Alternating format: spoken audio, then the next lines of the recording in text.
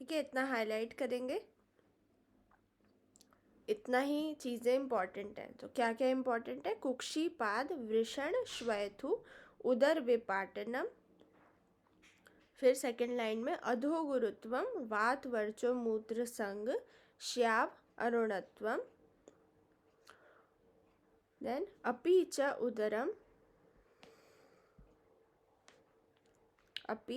उदरम तन्व असित राजी सिरा। फिर धमात धृति शब्दवत भवति। ठीक है, इतना इम्पोर्टेंट है, बाकी हमने पूरा पढ़ लिया है। अधो गुरुत्वम बहुत इम्पोर्टेंट है ना। अधो में गुरुता आ जाती है, और वात का भी यही स्थान है, अधो गुरुत्वम। ठीक है, अधोगत वात का ही स्थान है। तो ये चीज़ें कई बार पूछी गई हैं, और ये जो श्लोक मैंने आप लोगों को बताए हैं, इनको रख के पूछा जाता है कि इसका इस व्याधि को पहचाने व इस व्याधि का सविस्तार वर्णन करे, रूप, पूर्व रूप और संप्राप्ति और सविस्तार चिकित्सा का वर्णन करे, ऐसे पूछा जाता है। ठीक है, तो ये इधर से बहुत चांसेस हैं क्वेश्चन आने के। अब हम 28 श्लोक देखेंगे। पित्तोदर के लक्षण, निदान और संप्राप्ति पढ़ लेंगे, कुछ ज़्यादा खास नहीं है।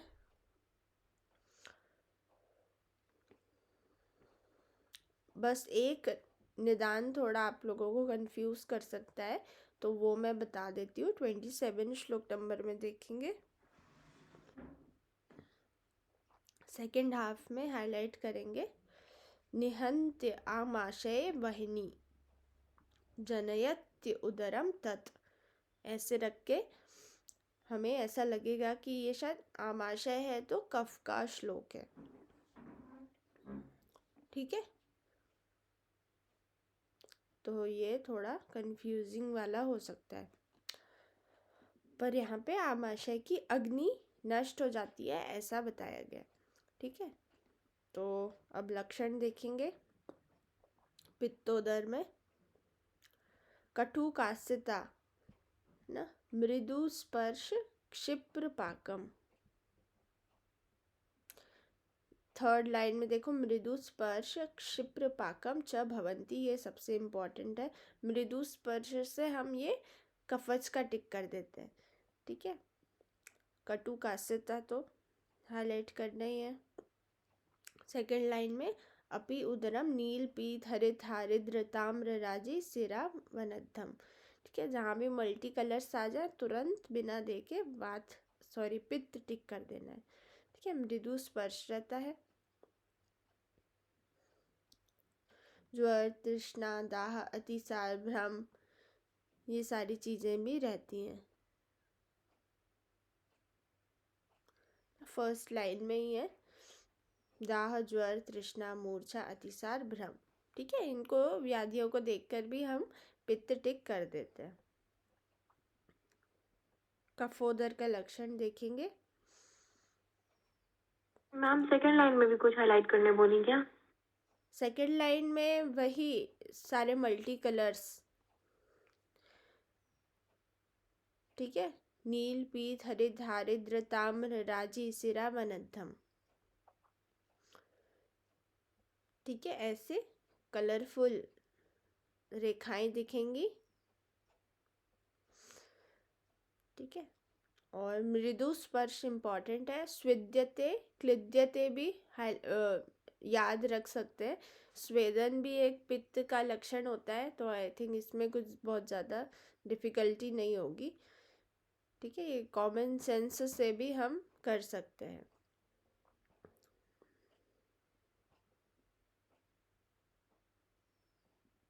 ठीक है, बाकी इम्पोर्टेंट नहीं है। कफोदर का देखेंगे, 31 नंबर का श्लोक। सुप्ति, पहले क्या लिखा है? सुप्ति। गौरव, अरोचक, अविपाक, अंगमर्द, ये तो है ही। उसके बाद सुप्ति, सुप्ति लगता है हमें वात का है। ठीक है, और क्या है? पानी पाद मुष्क उरु शोफ। क्या देखा था वातज में? पानी पाद वृषण श्वयथु। ठीक है, ऊरू का ही डिफरेंस है, बाकी वातज और कफज इन दोनों का सेम है, याद रखना है। ठीक है, पानी पाद मुश्क उरु शोफा, ये पूछा गया एक बार। फिर सेकंड लाइन में अपी च उदरम शुक्ल राजी सिरा संततम, ठीक है, वाइट कलर की होंगी, ये भी टिक हो जाता है। फिर स्तिमितम स्थिर कठिन च भवंती, ठीक है, ये भी पिक्यूलियर कफ के सिम्टम्स हैं, आ जाता है। निद्रा का श्वास, ये भी सारी कफ के डिसऑर्डर्स हैं, ठीक है, ये भी टिक हो जाते हैं। श्लोक नंबर 31 वर्षा। गौरव, अरोचक, अविपाक और अंगमर्द, ये हाईलाइट कर लेना एक बार, ठीक है, कई बार भूल सकते हैं पर ये कफज में आएंगे रोग इतने, ठीक है। अब नेक्स्ट देखेंगे सन्निपात जन्य उदर रोग का कारण और संप्राप्ति। तो इसमें फर्स्ट लाइन हाईलाइट करेंगे, स्त्रीदत्तैश्च रजोरोम विड मूत्र अस्थि न खादी भी विशेष मंदेर वाताद्या। तो देखते हैं हम लोग, दुर्बल अग्नि वाले व्यक्ति जब अपथ्य व आम, अपथ्य और आम को अंडरलाइन कर लेंगे, और विरोधी और गुरु आहार का सेवन करते हैं। यूजुअली हम सन्निपातज में क्या पढ़ते हैं, मिश्रित निदान, मिश्रित लक्षण और दोष अनुसार चिकित्सा, ठीक है, बट यहाँ पे ऐसा नहीं है, यहाँ पे अलग अलग दिया दे रखा है, तो ये इम्पोर्टेंट है सन्निपातज भी, ठीक है। तो अपथ्य या आम या विरोधी या बहुत गुरु अन्न का सेवन करते हैं तो क्या होगा, तथा आर्तव रोम विट मूत्र अस्थि न खादी दूषित वस्तु से मिले हुए स्त्री द्वारा प्रसक्त आहार का सेवन करते हैं। यही चीज मैंने हाईलाइट करवाई है, स्त्री दत्तैश रजो रोम विट मूत्र, कई बार बाल आ जाए या कुछ नाखून का टुकड़ा आ जाए रोम में, और ऐसे आहार का मिलाना किसी स्त्री द्वारा, ठीक है, तो वो भी इसके निदान में आएगा। और क्या है, दूषी विष का सेवन करना, विशेष मंदेर वाताद्या, दूषी विष आया है इसमें। दूषी विष सेवन करने से कौन सी व्याधियाँ होती हैं, ठीक है, ऐसे रख के भी पूछा जाता है। तो प्रकोपित वात आदि तीनों दोष कोष्ठ में संचित होकर शनह शनह उदर को उत्पन्न करते हैं, ठीक है।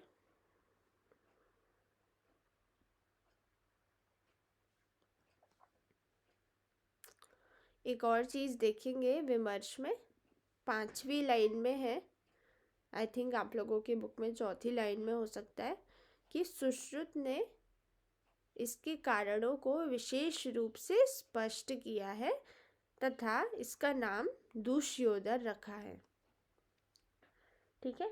आचार्य चरक ने सन्निपातज में दूषी विष का सेवन बताया है, बट आचार्य सुश्रुत ने इसका नाम ही दूषी विष दूष्योदर रख दिया है, ठीक है।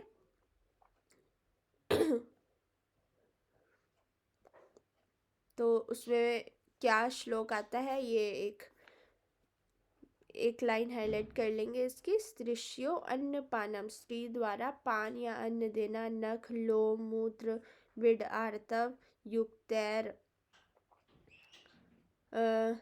धूवृत्ता, साधुवृत्ता मतलब दुष्ट स्त्री, ठीक है, यस्मै प्रयच्छन्त्यर्यो गराश्य दुष्ट अम्बु दूषी विष सेवनात्, ठीक है, गराश दूषी विष का भी सेवन यहाँ पे बताया है, दुष्टाम्बु दूषी विष सेवनात्, ठीक है, आचार्य सुश्रुत का श्लोक है ये। लक्षण में एक चीज देखेंगे, सेकेंड लाइन में नाना वर्ण राजी सिरा संतम, मल्टी कलर्स दिखेंगे इसमें, तो ये कई बार हम पित्त का सोच सकते हैं। ठीक है, पित्त का नहीं है ये। नाना वर्ण राजी सिरा संतम। प्लीहोदर देखेंगे, वेरी इंपॉर्टेंट। वात पित्त कफ के अलावा जो भी उदर रोग हम पढ़ेंगे वो बहुत इंपॉर्टेंट है।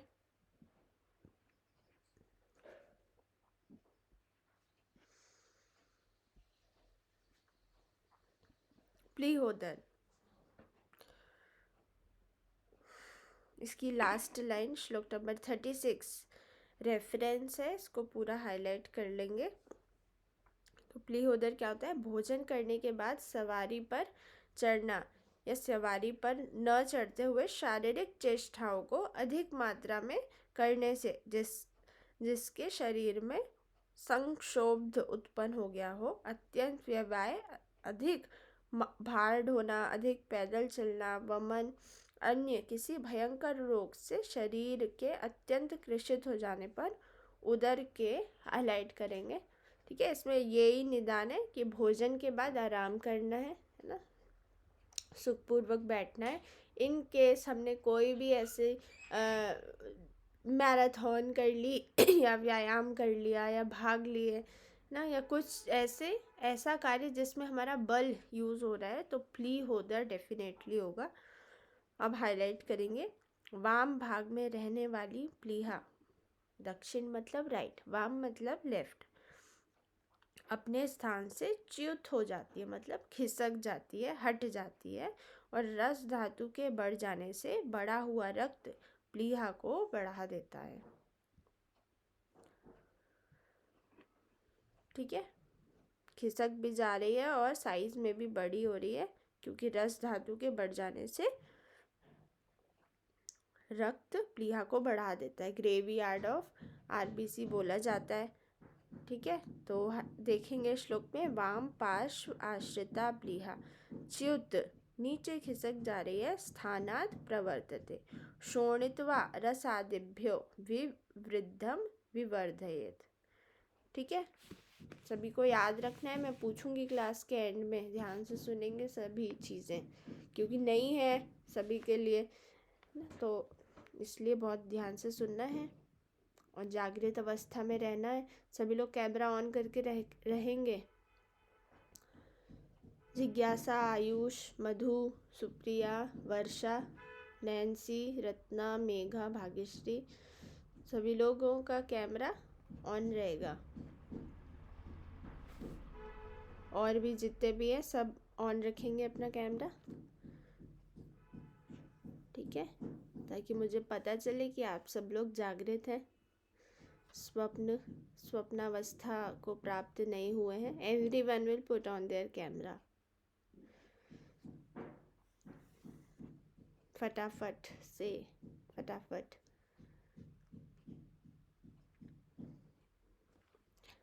वृद्ध प्लीहा की आकृति देखेंगे।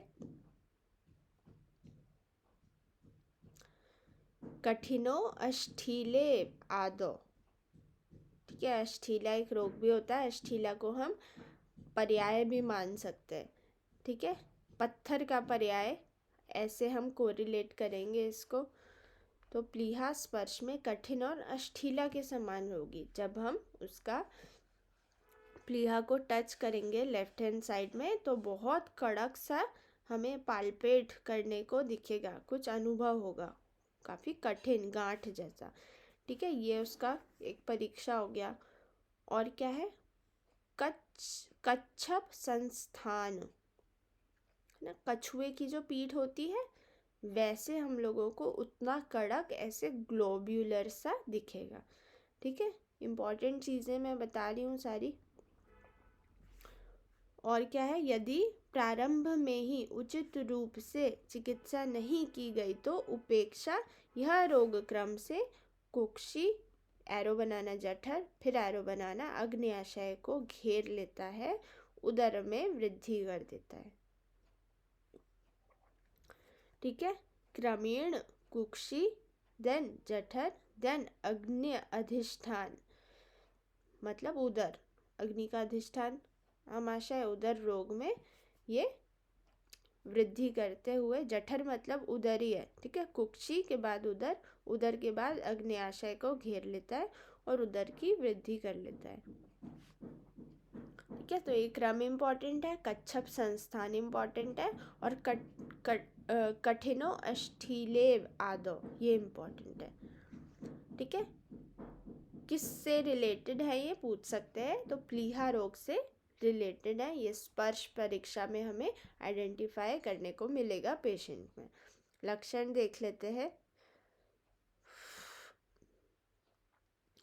तो बहुत सारी चीज़ें हैं, कुछ चीज़ें इसमें इम्पॉर्टेंट है, हम लोग कहानी की तरह पूरा पढ़ लेंगे, और जो क्वेश्चन पूछे गए हैं जो इम्पॉर्टेंट है वो मैं आप लोगों को हाईलाइट करवा दूँगी। ठीक है, तो सिर्फ अभी पढ़ेंगे, मैं बाद में हाईलाइट करवाती हूँ। इसलिए मैं पढ़ रही हूँ ताकि कंसेप्ट भी धीरे धीरे क्लियर हो जाए, क्योंकि फर्स्ट टाइम है आप लोगों का और ये थोड़ा डिफ़िकल्ट चैप्टर है, नया चैप्टर है, इस वजह से। ठीक है, तो प्लीहोदर में दुर्बलता आएगी, जठराग्नि है ना कम हो जाती है, दुर्बलता आती है, भोजन नहीं कर पाते, भोजन से एनर्जी मिलती है ना, वही नहीं होगा तो रस धातु वृद्धि भी नहीं होगी, तो कृश भी हमने पढ़ा था आगे है ना, कार्श्यता भी आती है, तो अग्नि नहीं रहेगी तो खाना भी नहीं खाएंगे, खाना नहीं खाएंगे तो कार्श्यता भी होगी, धातु वर्धन नहीं होगा, इसलिए दुर्बलता आती है। अरुचि रहती है भोजन में, आहार ठीक नहीं पच पाता है ना, सारी चीज़ें, मल और मूत्र की रुकावट रहती है। और इस अब हाईलाइट करेंगे तमह प्रवेश श्लोक में। अंधकार आता है ना, कुछ दिखता ही नहीं है, जब कुछ एनर्जी नहीं है, कई बार होता है कि हम सुबह से भूखे रहते हैं और शाम तक ऐसे थोड़े से कांपने से लगते हैं और लगता है बस सोना है, बेड देखना है, खाना मिले ना मिले एक बार एक नैप ले लें ना, बिल्कुल एनर्जी नहीं रहती। तो ये वही सारी चीज़ें हम ऐसे थोड़ा अपने से कोरिलेट करेंगे तो ये चीज़ें हमें याद नहीं करनी पड़ेंगी, अपने आप चीज़ें आ जाएंगी। ठीक है, और क्या है, प्यास, अंगमर्द, वमन, मूर्छा, अंगों में अवसाद आदि लक्षण है। और कास, श्वास, मंद ज्वर, ज्वर इसमें होता है, ये इम्पोर्टेंट है, हाईलाइट करेंगे, कास, श्वास, मृदु ज्वर, ज्वर प्लीहोदर में होता है।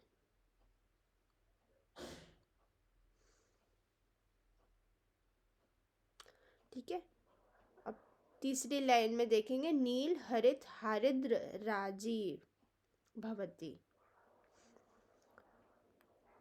नील, हरित और हारिद्र, कई बार हम लोग क्या टिक करते हैं, पित्तज, याद रखना है, प्लीहोदर में है ये, नीला, हरा और हारिद्र,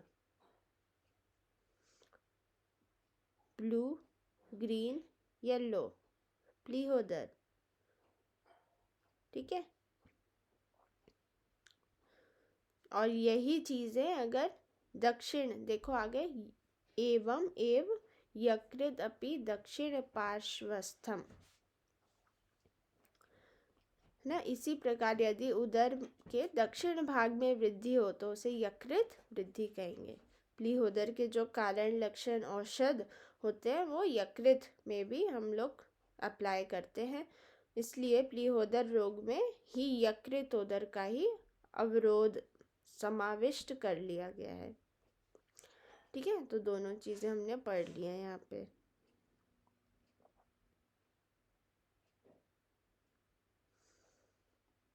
अब बद्ध गुदोदर देखेंगे।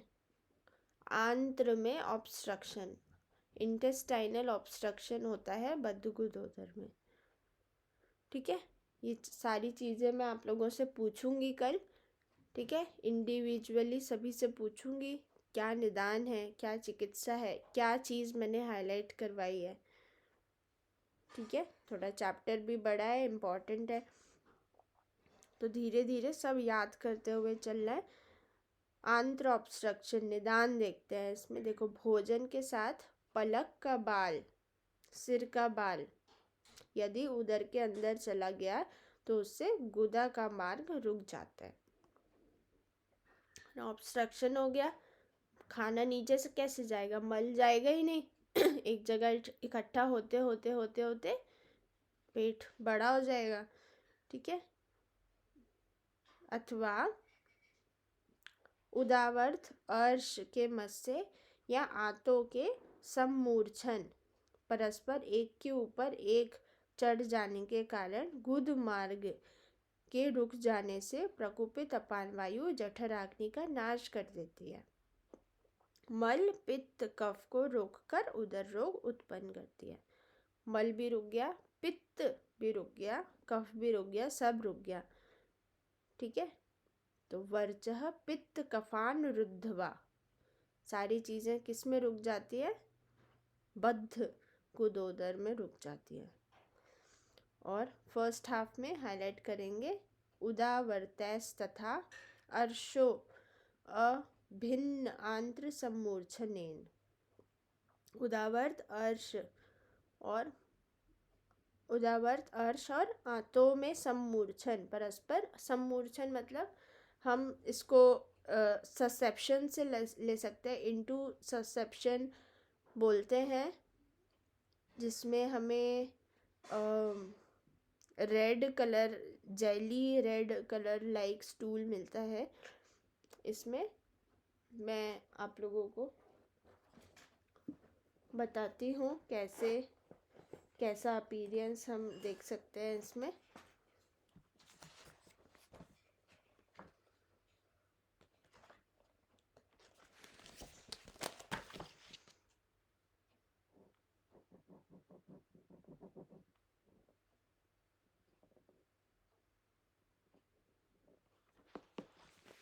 इस टाइप से ये एक के ऊपर एक दिखती है। दिख रहा है,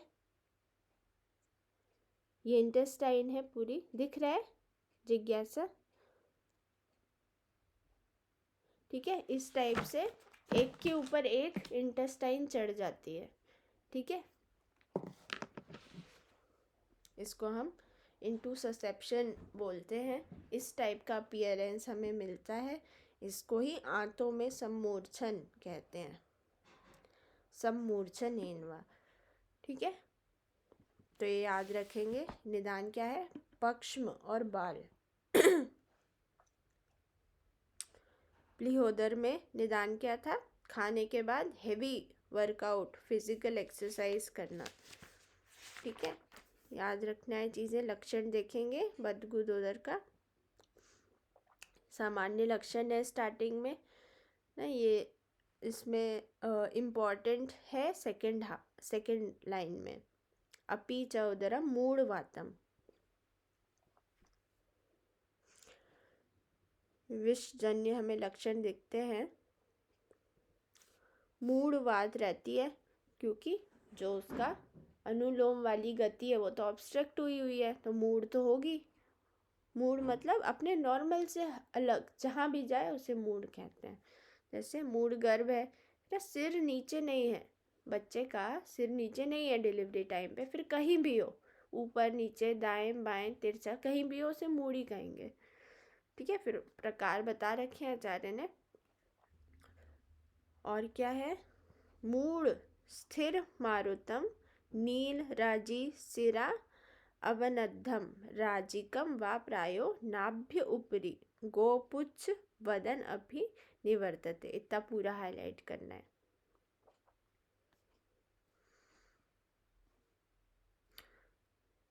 कलर देखेंगे, रक्त नील की रेखाएं व सिराओं से युक्त होना, रेखाओं का ना होना, रेखा नहीं दिखेगी पर सिराएं कैसे कलर की दिखेंगी, ब्लूइश रेडिश। जैसे आप अगर अपनी उंगली में भी एक यहाँ पे बांध दें, एक धागा बांध दें, तो जहाँ जब ब्लड सप्लाई नहीं होता तो ब्लूइश सी हो जाती है ना। भले ही उसे तुरंत नहीं 5 मिनट बाद देखें तो ब्लूइश रेडिश जैसी हो जाती है। उस टाइप से हम याद कर सकते हैं ना। किसी ने कुछ बांध दिया आंत्र के बीच में, तो ऐसे हमें फिर दिमाग नहीं लगाना पड़ेगा कौन सा कलर था, ठीक है, अपने आप याद हो जाएगा। ब्लूइश रेड कलर दिखेगा और रेखाएं नहीं दिखेंगी।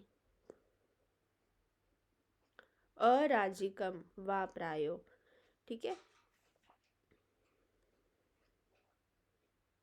और सिरा जाल से उदर व्याप्त होगा और नाभि के ऊपर गोपुच्छ के आकार का होना, ये पूछा जा सकता है आप लोगों के एग्जाम में। गोपुच्छ वदन अभिवर्धते, वाइवा में भी पूछा जा सकता है कौन से उदर रोग का लक्षण है। गोपुच्छ वद अभिनिवर्तत,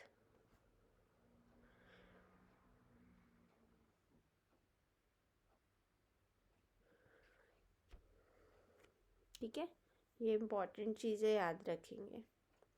अब हम छिद्रोदर देखते हैं, ठीक है। गाय के पूंछ के समान उदर रहेगा, मोटा मोटा मोटा मोटा, फिर ऐसे पतला, ठीक है। छिद्रोदर देखेंगे। छिद्रोदर में क्या है, भोजन के साथ पत्थर के टुकड़े, तृण, कंकड़, लकड़ी के टुकड़े, हड्डी के टुकड़े, मछली के कांटे आदि जब पेट पे चले जाते हैं तो बार बार जिह्वा लेने पर तथा अधिक भोजन करने से आंत जब फट जाती है, ठीक है।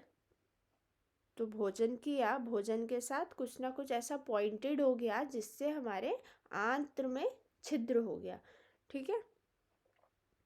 क्योंकि आंत्र में छिद्र ये ज़्यादा चांसेस होते हैं इंटेस्टाइन में, वैसे तो हो सकता है बट इंटेस्टाइन में ज़्यादा चांसेस है, इसके ये सारी चीज़ें याद रखेंगे, ठीक है। छिद्रोदर में लकड़ी, तृण, लकड़ी के टुकड़े, हड्डी के टुकड़े, मछली के कांटे, शर्करा, तृण, काष्ठ, अस्थि, कंटैर, ठीक है। भिन्न अंतरा यदि भुक्तैर जृंभ्या अत्य अशनेन, इतना खाना खा लिया फिर भी खाए जा रहे हैं, तो क्या होगा, प्रेशर तो होगा। उस छिद्र से अन्न का रस आंत में बाहर बहने लगता है जिससे गुदा व आंत्र भर जाती है, ठीक है। बाहर बहने लगेगा, जो भी फूड खाया है उससे उदर भर जाएगा, उसके बाद उदर रोग उत्पन्न हो जाएगा। ये छिद्रोदर कर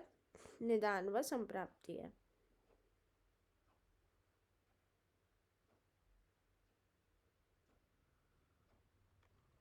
विमर्श में देखेंगे, सुश्रुत ने एक चीज बोला है। सुश्रुत ने सेकंड लाइन में बोला है, स्त्रावः स्रवेद वै गुदस्तु भूयः, गुद से स्त्राव, ठीक है। तो लिखो ऊपर गुद से स्त्राव, डैश करके लिखो। सुश्रुत ने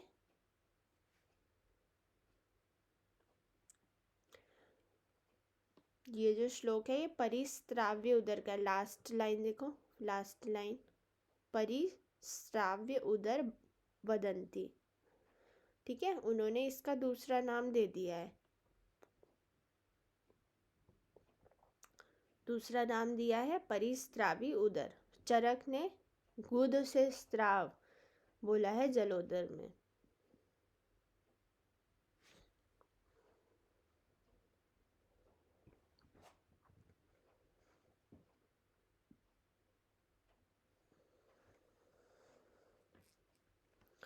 क्लियर।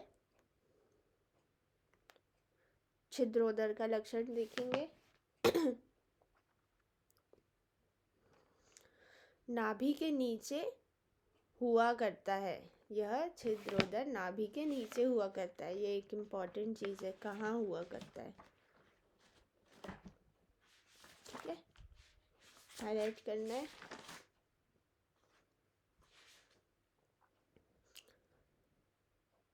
और क्या है, जलोदर तथा अपने अपने बल के अनुसार दोषों के रूप में प्रकट करता है। रोगी को लाल, नीला, पीला, चिपचिपा, पिच्छा किसी मुर्दे की सी गंध, ये इम्पॉर्टेंट है, कुणप गंधी। तो ये पूरी लाइन हाईलाइट करेंगे। अपि चातुरः स लोहित नील पीत पिच्छिल, स लोहित नील पीत पिच्छिल कुणप गंध्याव। जो मल है वो बाहर निकल रहा है, कितनी गंदी स्मेल आएगी, ठीक है, कुणप गंधी तो होगी ही सही, ये आया हुआ है कई बार क्वेश्चन। वर्चः उपवेशते, ठीक है। और क्या है, डिजीज बताई गई है, इनको भी हाईलाइट कर लेंगे। हिक्का, श्वास, कास, तृष्णा, प्रमेह। प्रमेह यहाँ तक हाईलाइट करेंगे। अरोचक, अविपाक, दौर्बल्य ये नहीं करेंगे, ठीक है, बस ध्यान में रखेंगे। हिक्का, श्वास, कास, तृष्णा, प्रमेह है, ये पूछा जाता है कौन सी उदर रोग में या कौन सी व्याधि में उत्पन्न हो जाते हैं, ठीक है। श्वास लेने में उसे दिक्कत होगी, खांसी आएगी, बार बार हिचकी आने लगेगी, प्रमेह रोग भी हो सकता है।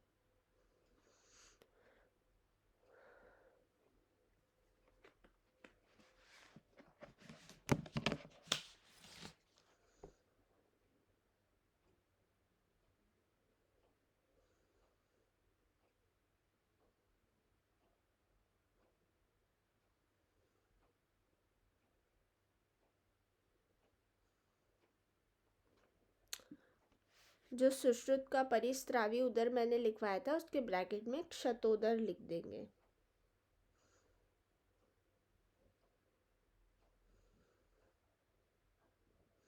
और एक और चीज लिख लेंगे, आगंतुक उदर रोग।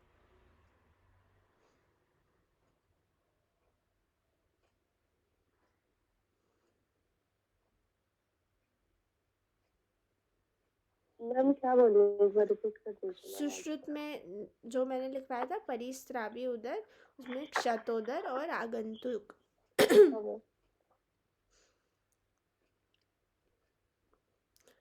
ठीक है, जब भी सुश्रुत का पढ़ेंगे तो एक बेस होना चाहिए, तो एटलीस्ट चरक को बहुत अच्छे से पढ़ना है, तब हम कंपेयर करके चीज़ें याद कर सकते हैं।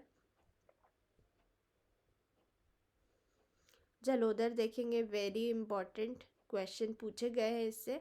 और मैं आप लोगों को साथ साथ जो श्लोक के वर्ड्स हैं जो पूछे जाते हैं जिनको रख के वो भी बता रही हूँ, तो उनको बहुत अच्छे से आप लोग ध्यान रखें, ठीक है। तो मेरे एग्ज़ाम में भी आया था, मेरे से बाद वाले एग्ज़ाम में भी आया था ना, मतलब मेरे जूनियर्स के एग्ज़ाम में भी इसी चैप्टर से और सिर्फ श्लोक रख के ही इसका सविस्तार वर्णन करने के लिए आया था।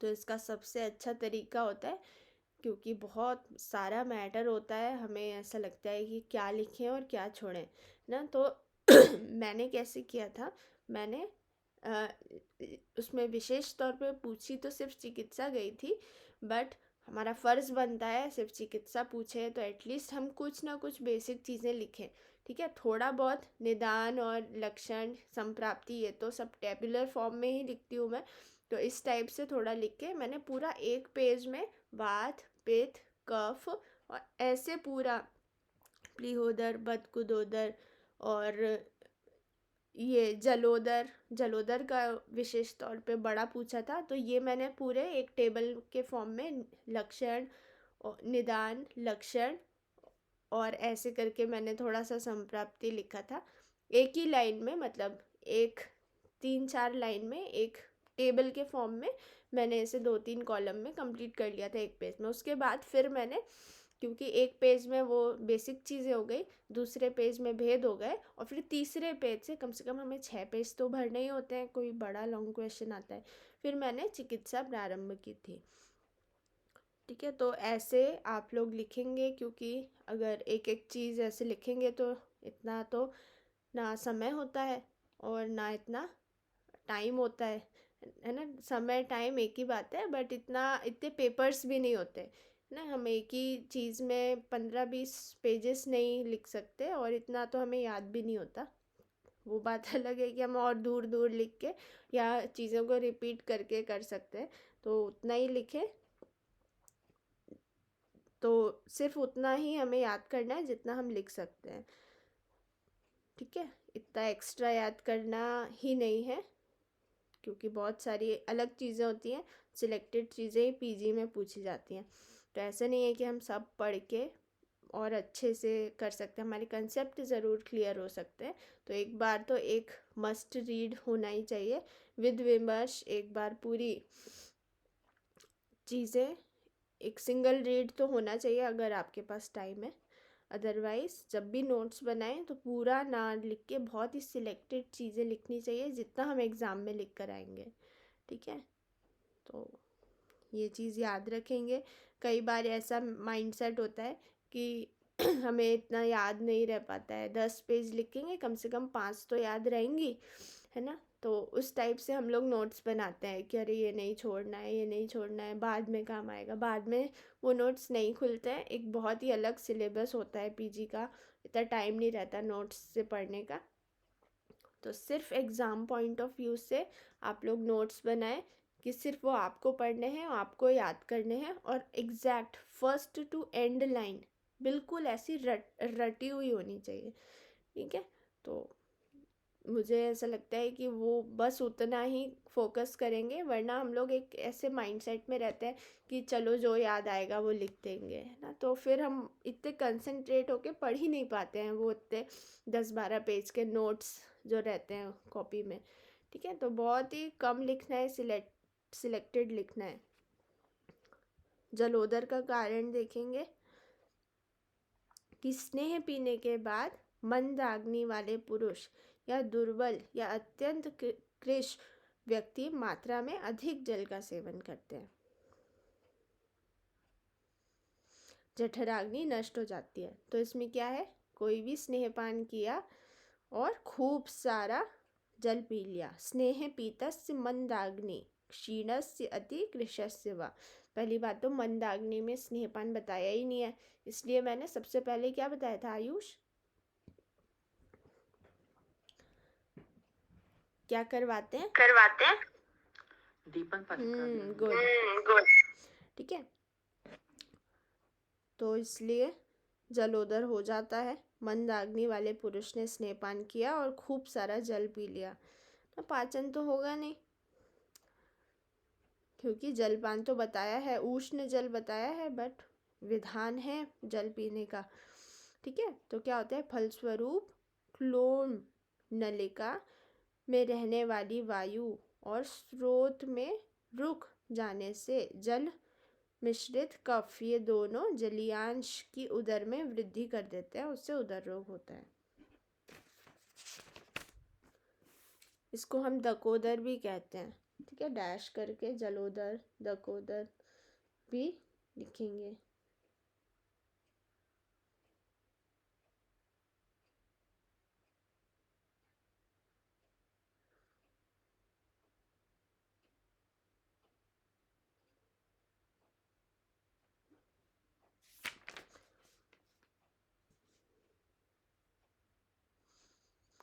फर्स्ट लाइन हाईलाइट कर लेंगे, 45 नंबर का श्लोक, ये पूरा हाईलाइट कर लेंगे, ठीक है। जलोदर में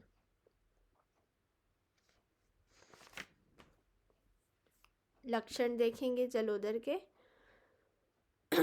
गुदस्त्राव देखो, पिपासा गुदस्त्राव। और क्या है, नाना वर्ण राजी। नाना वर्ण हमने कहाँ पढ़ा था, सन्निपातज में पढ़ा था, सन्निपातज है ना। तो सन्निपातज ऑल्सो, ठीक है। तो ये चीज़ें कंपैरेटिव हो गई। और क्या है, उदक पूर्ण धृति, ऐसा हमने वात में भी पढ़ा था।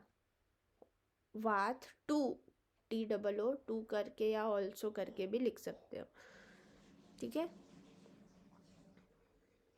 उदक पूर्ण धृति। बाकी तो सब बेसिक चीज़ें हैं, खाने की इच्छा नहीं होगी, पिपासा वृद्धि, गुद स्त्राव, शूल, श्वास, कास, दौर्बल्य। ठीक है,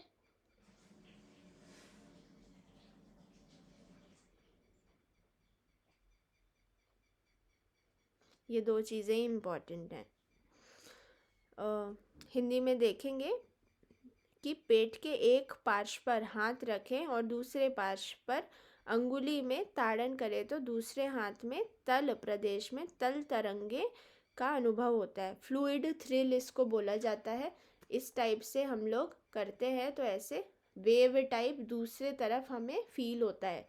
तो ये बहुत ही पिक्यूलियर सिम्टम है जलोदर का। आप लोगों ने अगर पेशेंट देखे हो अपने कॉलेज में तो ये काफ़ी अच्छे से दिखता है ना, हमें फील होता है दूसरे हाथ में ऐसे तरंगे, थ्रिल हमें बहुत अच्छे से फील होता है ना, बिल्कुल। और काफ़ी बड़ा होता है, ऐसे नहीं छोटे से उधर में करा और इधर से पता चल गया, वो पूरे दोनों फ्लैंक्स में, दोनों पार्श्व में हम लोग उसे पकड़ते हैं।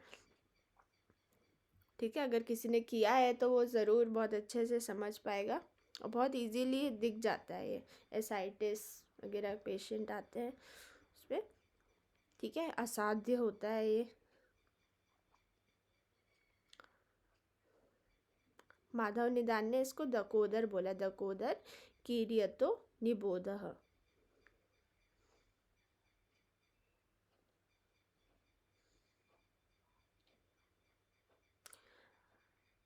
अजातोदर, अजातोदर में क्या है, इसकी ही इनिशियल स्टेज अजातोदर है। ठीक है, तो एक बार पढ़ देती हूँ, हिंदी कहानी की तरह पढ़ लेंगे, देखेंगे फिर क्या हाईलाइट करना मैं बताऊंगी। इन उदर रोगों में जो उदर रोग नूतन हो ना, इनिशियल स्टेज वाला हो, उपद्रव से शून्य हो और जल पूर्ण रूप से न आए तो उसकी चिकित्सा शीघ्र ही करनी चाहिए। यदि प्रथम अवस्था में ही उपेक्षा कर दी जाए तो दोष अपने स्थान से दूर हटकर तथा परिपक्व हो जाएंगे। पहले चिकित्सा नहीं करी तो परिपक्व हो जाएंगे, पाक हो जाएगा दोषों का और द्रव रूप में होकर संधियों व स्रोतों को गीला कर देंगे ना। फिर क्या होगा, अपने मार्ग से हटेंगे और संधियों और स्रोतस में भी विलीन हो जाएंगे दोष, परिपक्व होंगे तो। ठीक है, अब स्वेद हाईलाइट कर लेना ये लाइन, परिपक्व हो जाएंगे संधियों और स्रोतस में। फिर स्वेद बाहरी स्रोतों में न जाकर तिर्यक अवस्था होकर उसी वृद्ध जल को ही अधिक मात्रा में बढ़ाने लगेगा। ठीक है, जो भी सिक्रीशंस हैं जो हमारी बॉडी करती है वो उधर में ही बढ़ने लगेंगे इन केस अगर चिकित्सा नहीं की तो।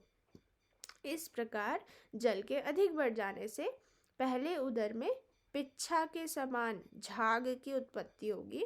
उसके बाद हाईलाइट करें, उदर गोलाकार, भारी, स्तिमित,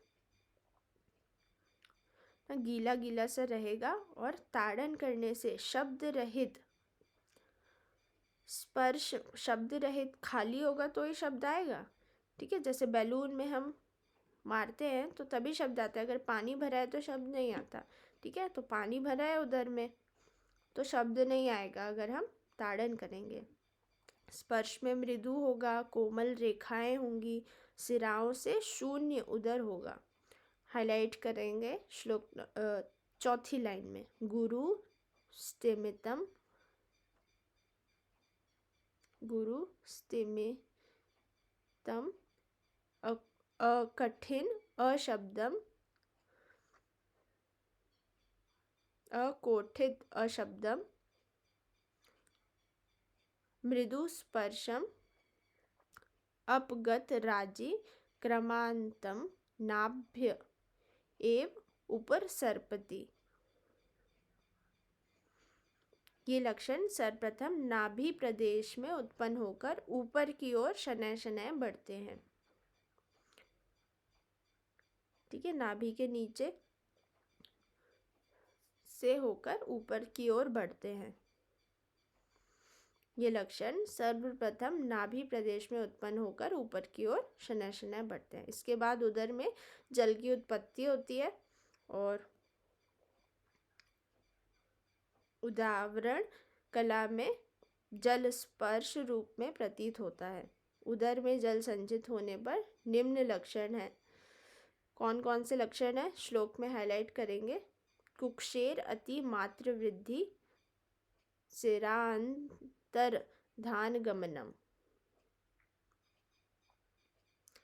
कुक्षी की अति मात्रा में वृद्धि हो जाएगी और सिराओं का अंतर हित हो जाना और जल से भरी हुई मशक के समान संक्षोभ। उदक पूर्ण द्वितीय संक्षोभ।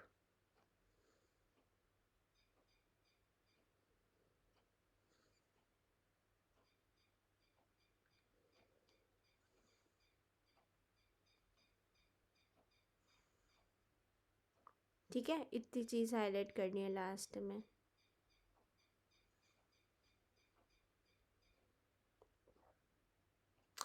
जलोदर की 3 अवस्थाएं होती है। ठीक है, पहली अवस्था लिख लो ऊपर, अजातोदक।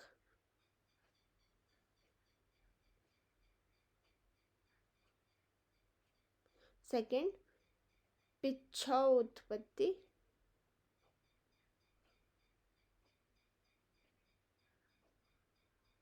थर्ड जातोदक।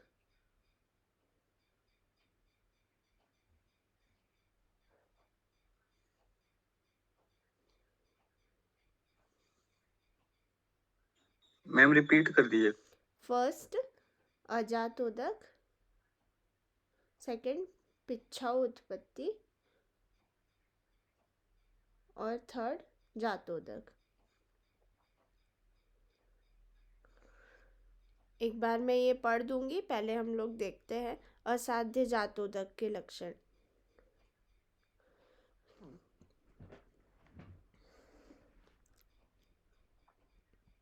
जातोदक मतलब अब बिल्कुल उत्पन्न हो गया है पूर्ण रूप से। तो क्या होगा, जब द्रव रूप में जल का संचय उदरावरण कला में हो जाता है और उदर पूर्ण रूप से वृद्ध हो जाता है, अपने फुल एक्सटेंड में आ जाता है, तो रोगी में निम्न उपद्रव उत्पन्न होते हैं। वमन, अतिसार, तमक श्वास, प्यास, तृष्णा, श्वास, कास, हिचकी, दुर्बलता, पार्श्वशूल, भोजन में अरुचि, स्वर भेद आदि लक्षण, ये सब याद नहीं करने। ठीक है, सिर्फ ध्यान में रखना है।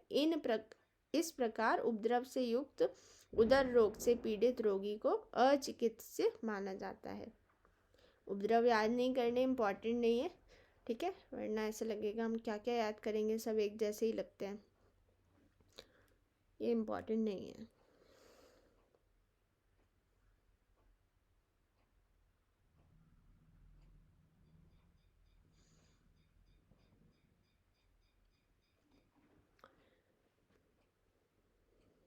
उत्तरोत्तर कृच्छ साध्य व असाध्यता की ओर ये बढ़ते हैं। तो एक क्रम लिख लेंगे, ऊपर एक क्रम लिख लेंगे, तो ये पढ़ना नहीं पड़ेगा। ठीक है, वात ग्रेटर देन पित्त, ऐसे एरो रहता है ना वी वाला, वैसा बनाएंगे। ग्रेटर देन कफ, ग्रेटर देन प्लीहोदर, ग्रेटर देन सन्निपात, ग्रेटर देन जलोदर।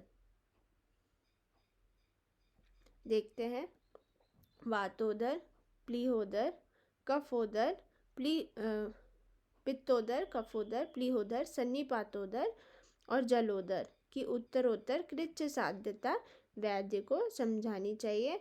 और 15 हाईलाइट करें, 15 दिन के बाद बद्धगुदोदर प्रायः मृत्यु कारक होता है।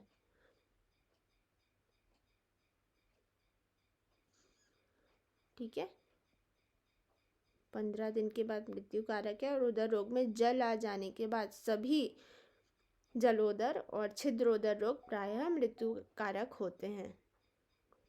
जल भर गया तो मुश्किल है। ठीक है, तो जलोदर में ऊपर लिख लेना, चिकित्सा करने में मतलब ये पूरा ही जो क्रम है वो चिकित्सा करने में कृच्छ साध्य, कष्ट साध्य बताया है। न्यू हो तो साध्य है, न्यू है तो साध्य है। और एट लास्ट सभी में क्या हो रहा है, जल क्योंकि फ्लूइड जो है वो इकट्ठा हो गए, तो सभी कृच्छ साध्य या फिर असाध्य मृत्यु कारक होंगे एट लास्ट। तो जितना जल्दी हो सके उतना जल्दी इसको ठीक करना है।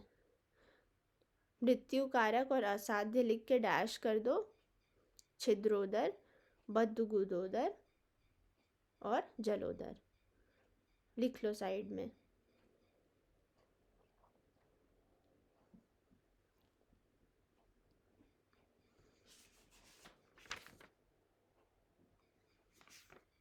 ठीक है, आज इतना ही करते हैं। काफ़ी सारी चीज़ें आज हमने कंप्लीट करी है। एक लास्ट श्लोक ही है बट वो हम कल कर लेंगे। असाध्यता का लक्षण बताया है इसमें, फिर हम कल से चिकित्सा स्टार्ट करेंगे। ठीक है, एक बार में मैम मृत्यु कारक क्या क्या बोली? छिद्रोदर, बद्धगुदोदर और जलोदर, मृत्यु कारक या ऑब्लिक करके असाध्य।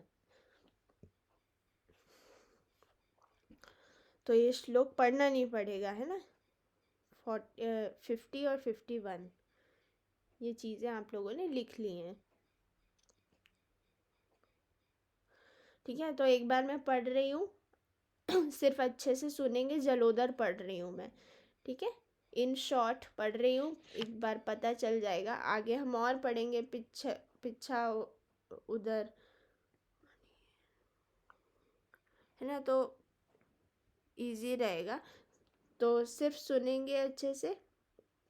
सबसे पहले अजातोदक, इसमें क्या होता है, जल का संचय नहीं होता, उदर में शोथ नहीं होता, उदर रक्त वर्ण का और सिरा जाल स्पर्श होता है। ठीक है, पिच्छय उदर में यही इस 48 श्लोक में ही लिखा हुआ है कि उदर में जल बढ़ जाने से गाढ़ा द्रव उत्पन्न हो जाता है, ये पिच्छा उत्पत्ति है।